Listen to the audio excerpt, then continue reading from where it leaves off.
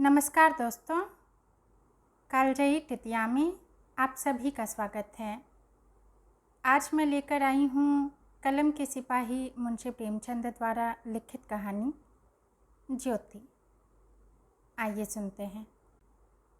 विधवा हो जाने के बाद बूटी का स्वभाव बहुत कटु हो गया था। जब बहुत जी जलता तो अपने मृत पति को कोसती, आप तो सिधार गए, मेरे लिए यह सारा जंजाल छोड़ गए।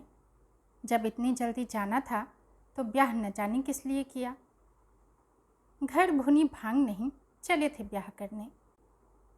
वह चाहती तो दूसरी सगाई कर लेती, अहिरों में इसका रिवाज है।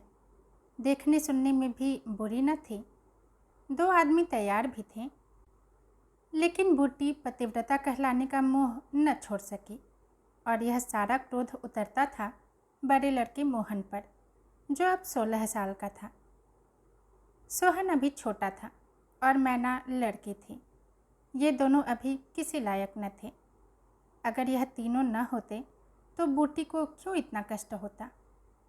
जिसका थोड़ा सा काम कर देती वह रोटी कपड़ा दे देता, जब चाहती किसी के सिर बैठ जाती।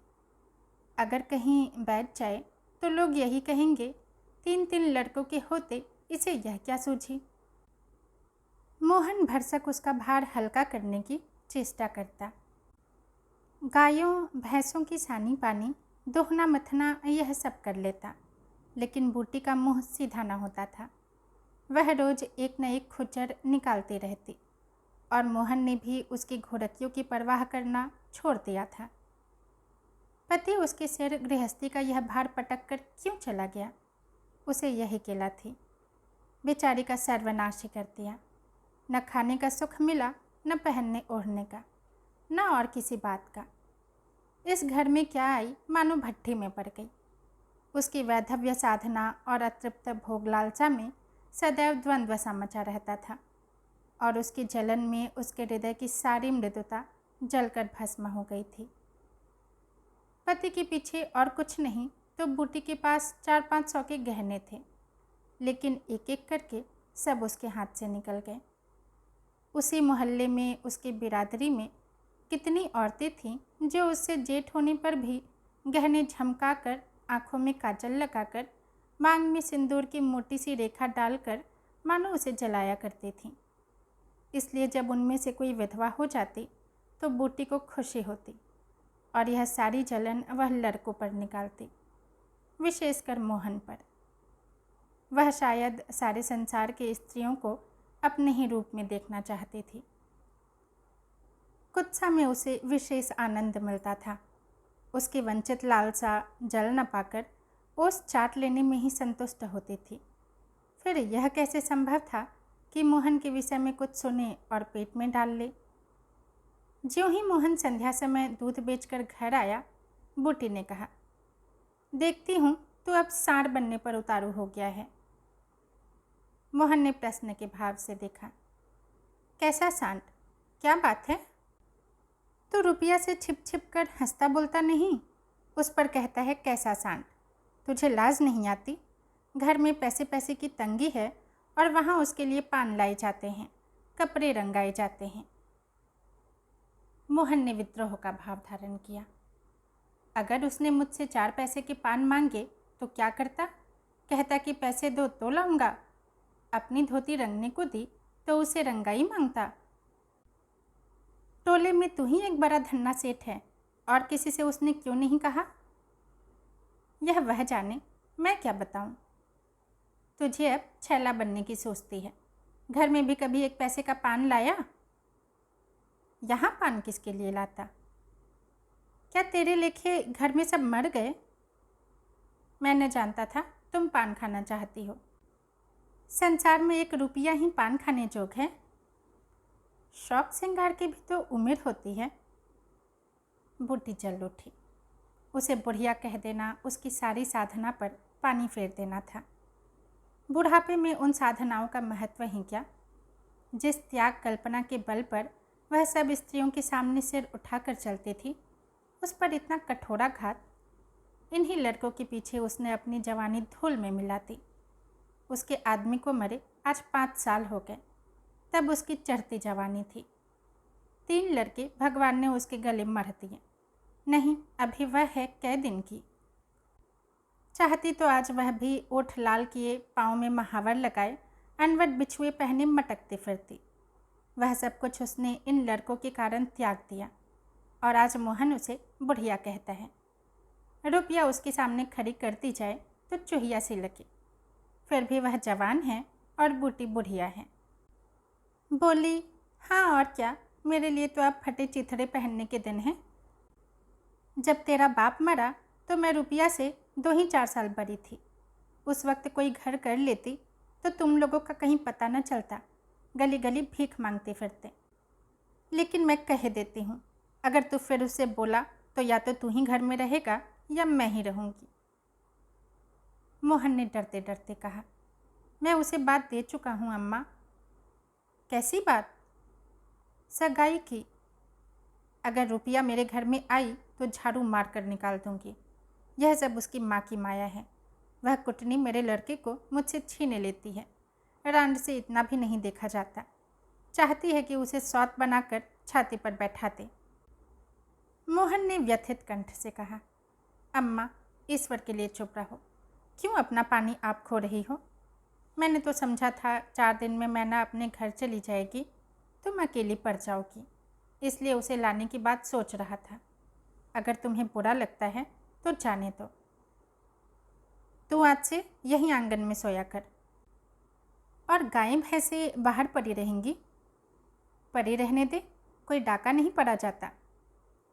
मुझ पर तुझे इतना संदेह है? हाँ, तो मैं यहाँ न सोऊंगा। तो निकल जा मेरे घर से। हाँ, तेरी यही इच्छा है तो निकल जाऊंगा। मैना ने भोजन पकाया। मोहन ने कहा, मुझे भूख नहीं है। बूटी उसे मनाने न आई। मोहन का युवक हृदय माता के इस कठोर शासन को किसी तरह स्वीकार नहीं कर सकता। उसका घर है, ले ले। अपने लिए वह कोई दूसरा ठिकाना ढूंढ लेगा। रुपया ने उसके रूखे जीवन में एक स्निग्धता भर दी थी। जब वह एक अव्यक्त कामना से चंचल हो रहा था, जीवन कुछ सूना सूना लगता था। रुपया ने नव वसंत की भांति आकर उसे पल्लवित कर दिया। मोहन को जीवन में एक मीठा स्वाद मिलने लगा। कोई काम करता होता पर ध्यान रुपया की ओर लगा रहता। सोचता उसे क्या दे दे कि वह प्रसन्न हो जाए। अब वह कौन मुँह लेकर उसके पास जाए? क्या उससे कहे कि अम्मा ने मुझे तुझसे मिलने को मना किया है? अभी कल ही तो बरगद के नीचे दोनों में कैसी कैसी बातें हुई थी। मोहन ने कहा था, रूपा, तुम इतनी सुंदर हो, तुम्हारे 100 ग्राहक निकल आएंगे। मेरे घर में तुम्हारे लिए क्या रखा है? इस पर रुपया ने जो जवाब दिया था वह तो संगीत की तरह अब भी उसके प्राणों में बसा हुआ था। मैं तो तुमको चाहती हूँ मोहन, अकेले तुमको। पर अग्नि के चौधरी हो जाओ तब भी मोहन हो, मजूरी करने लगो तब भी मोहन हो। उसी रुपया से आज वह जाकर कहे, मुझे अब तुमसे कोई सरोकार नहीं है। नहीं, यह नहीं हो सकता। उसे घर की परवाह नहीं है। वह रुपया के साथ माँ से अलग रहेगा। इस जगह न सही, किसी दूसरे मोहल्ले में सही। इस वक्त भी रुपया उसकी राह देख रही होगी। कैसे अच्छी बीड़े लगाती है। कहीं अम्मा सुन पावे कि वह रात को रुपया के द्वार पर गया था तो परान ही देते। दे दे परान, अपने भाग तो नहीं बखानती कि ऐसी देवी बहू मिली जाती है। न जाने क्यों रुपया से इतना चिढ़ती है। वह जरा पान खा लेती है, जरा साड़ी रंग कर पहनती है, बस यही तो। चूड़ियों की झनकार सुनाई थी। रुपया आ रही है। हाँ, वही है। रुपया उसके सिरहाने आकर बोले, सो गए क्या मोहन? घड़ी भर से तुम्हारी राह देख रही हूँ, आई क्यों नहीं? मोहन नींद का मक्कर किए पड़ा रहा। रुपया ने उसका सिर हिलाकर फिर कहा, क्या सो गए मोहन? उन कोमल उंगलियों के स्पर्श में क्या सिद्धि थी कौन जाने। मोहन की सारी आत्मा उन्मत्त हो उठी। उसके प्राण बाहर निकलकर रुपया के चरणों में समर्पित हो जाने के लिए उछल पड़े। देवी वरदान के लिए सामने खड़ी है। सारा विश्व जैसे नाच रहा है। उसे मालूम हुआ जैसे उसका शरीर लुप्त हो गया है। केवल वह एक मधुर स्वर की भांति विश्व की गोद से चिमटा हुआ उसके साथ नृत्य कर रहा है। रुपया ने फिर कहा, अभी से सो गए क्या जी?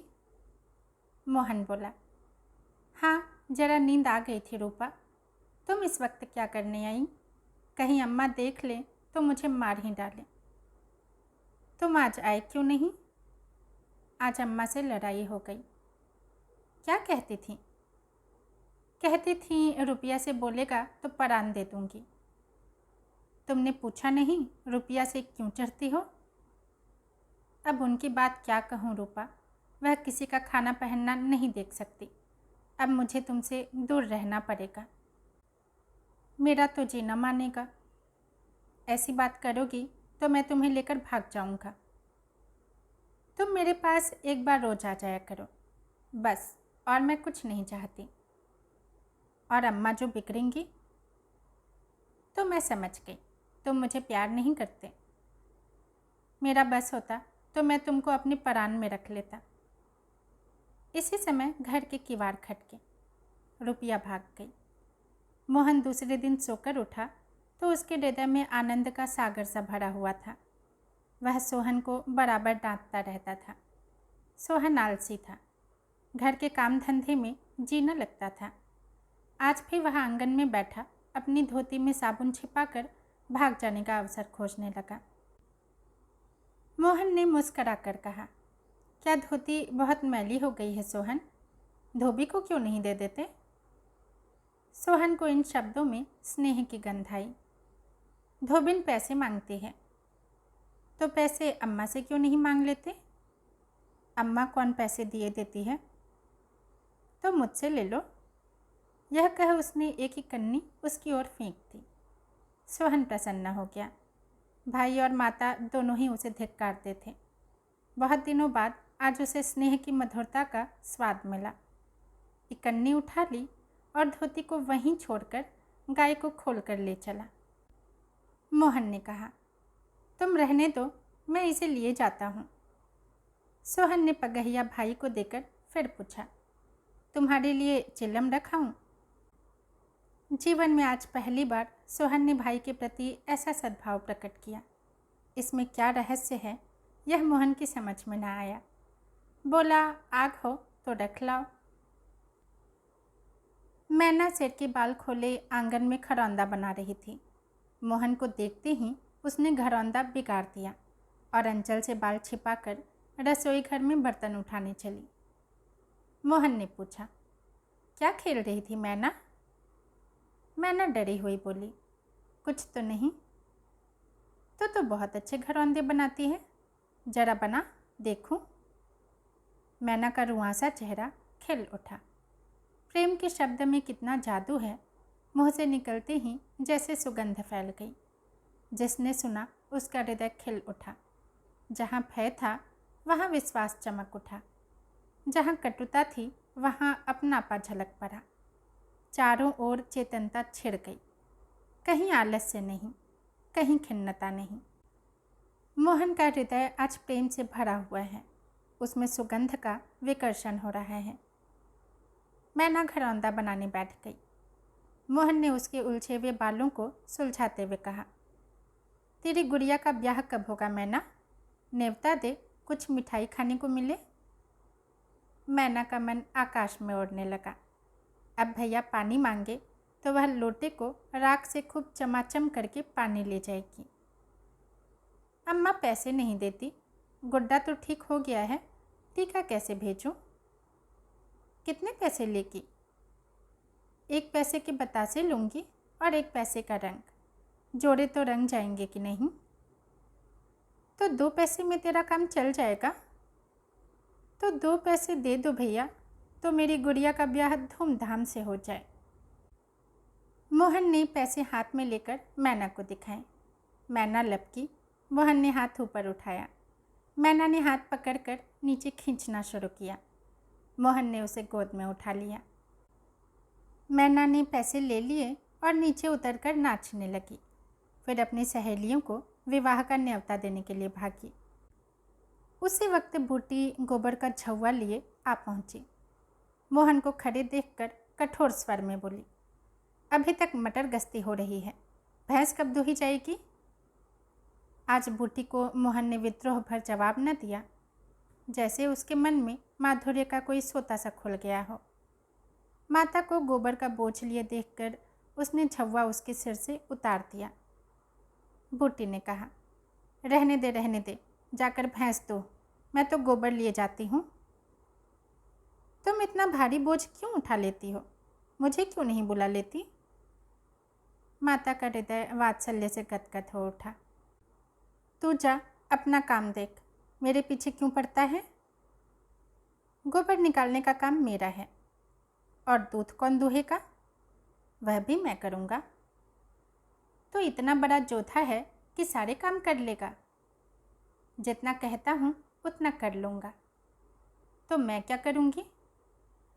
तुम लड़कों से काम लो, जो तुम्हारा धर्म है। मेरी सुनता है कोई? आज मोहन बाजार से दूध पहुँचाकर लौटा तो पान, कत्था सुपारी, एक छोटा सा पानदान और थोड़ी सी मिठाई लाया। बूटी बिगड़ कर बोली, आज पैसे कहीं फालतू मिल गए थे क्या? इस तरह उड़ावेगा तो कै दिन निबाह होगा? मैंने तो एक पैसा भी नहीं उड़ाया अम्मा। पहले मैं समझता था तुम पान खाती ही नहीं। तो अब मैं पान खाऊंगी? हाँ, और क्या। जिसके दो दो जवान बेटे हो, क्या वह इतना शौक भी ना करे? बूटी के सूखे कठोर हृदय में कहीं से कुछ हरियाली निकल गई। एक नन्ही सी कोपल थी, लेकिन उसके अंदर कितना जीवन, कितना रस था। उसने मैना और सोहन को एक एक मिठाई दे दी और मोहन को देने लगी। मिठाई तो लड़कों के लिए लाया था अम्मा, और तू तो बूढ़ा हो गया। क्यों? इन लड़कों के सामने तो बूढ़ा ही हूँ, लेकिन मेरे सामने तो लड़का ही है। मोहन ने मिठाई ले ली। मैना ने मिठाई पाते ही गब से मुंह में डाल ली थी। वह केवल मिठास का स्वाद जीभ पर छोड़कर कब की गायब हो चुकी थी। मोहन की मिठाई को ललचाई आंखों से देखने लगी। मोहन ने आधा लड्डू तोड़कर मैना को दे दिया। एक मिठाई दोने में और बची थी। बूटी ने उसे मोहन की तरफ बढ़ाकर कहा, लाया भी तो इतने से मिठाई, यह ले ले। मोहन ने आधी मिठाई मुंह में डालकर कहा, यह तुम्हारा हिस्सा है अम्मा। तुम्हें खाते देखकर मुझे जो आनंद मिलता है, उसमें मिठास से ज़्यादा स्वाद है। उसने आधी मिठाई सोहन को और आधी मिठाई मोहन को दे दी। फिर पानदान खोलकर देखने लगी। आज जीवन में पहली बार उसे यह सौभाग्य प्राप्त हुआ। धन्यवाद कि पति के राज में जिस विभूति के लिए तरसती रही, वह लड़के के राज में मिली। पानदान में कई कुल्हियाँ हैं, और देखो, दो छोटी छोटी चिमचियाँ भी हैं।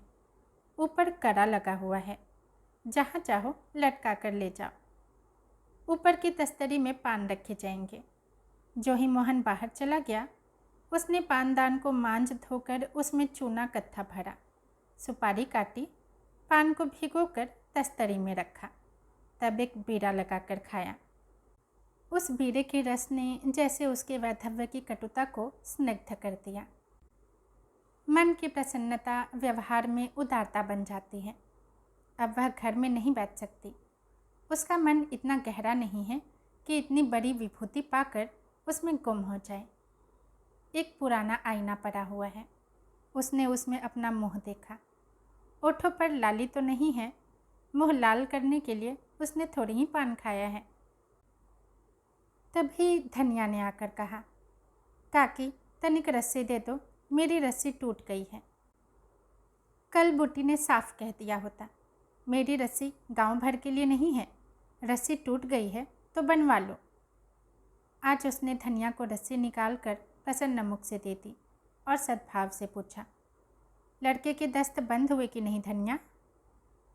धनिया ने उदास मन से कहा, नहीं काकी, आज तो दिन भर दस्त आए, जाने दांत आ रहे हैं। पानी भर ले तो चल, जरा देखूं, दांत ही हैं कि कुछ और फसाद है, किसी की नज़र वजर तो नहीं लगी। अब क्या जाने काकी, कौन जाने किसी की आंख फूटी हो। चंचल लड़कों को नज़र का बड़ा डर रहता है। जाते चुमकार कर बुलाया, झट उसकी गोद में चला जाता है। ऐसा हंसता है कि तुमसे क्या कहूँ। कभी कभी माँ की नज़र भी लग जाया करती है। ऐ नौच काकी, भला कोई अपने लड़के को नज़र लगाएगा? यही तो तू समझती नहीं, नज़र आप ही आप लग जाती है। धनिया पानी लेकर आई तो बूटी उसके साथ बच्चे को देखने चली। तो अकेली है, आजकल घर के काम धंधे में बड़ा अंडस होता होगा। नहीं अम्मा, रुपया आ जाती है, घर का कुछ काम कर देती है, नहीं अकेले तो मेरी मरण हो जाती। बूटी को आश्चर्य हुआ। रुपया को तो उसने केवल तितली समझ रखा था। रुपया? हाँ काकी, बेचारी बड़ी सीधी है, झाड़ू लगा देती है, चौका बर्तन कर देती है, लड़के को संभालती है। गाढ़े समय कौन किसी की बात पूछता है काकी? उसे तो अपने मिस्सी काजल से ही छुट्टी नहीं मिलती होगी। यह तो अपनी अपनी रुचि है काकी। मुझे तो इस मिस्सी काजल वाली ने जितना सहारा दिया उतना किसी भक्ति ने न दिया। बेचारी रात भर जागती रही। मैंने कुछ दे तो नहीं दिया, हाँ जब तक जीऊँगी उसका जस गाऊँगी। तो उसके गुण अभी नहीं जानती धनिया। पान के लिए पैसे कहाँ से आते हैं, किनारदार साड़ियाँ कहाँ से आती हैं? मैं इन बातों में नहीं पड़ती काकी। फिर शौक श्रृंगार करने का किसका जी नहीं चाहता?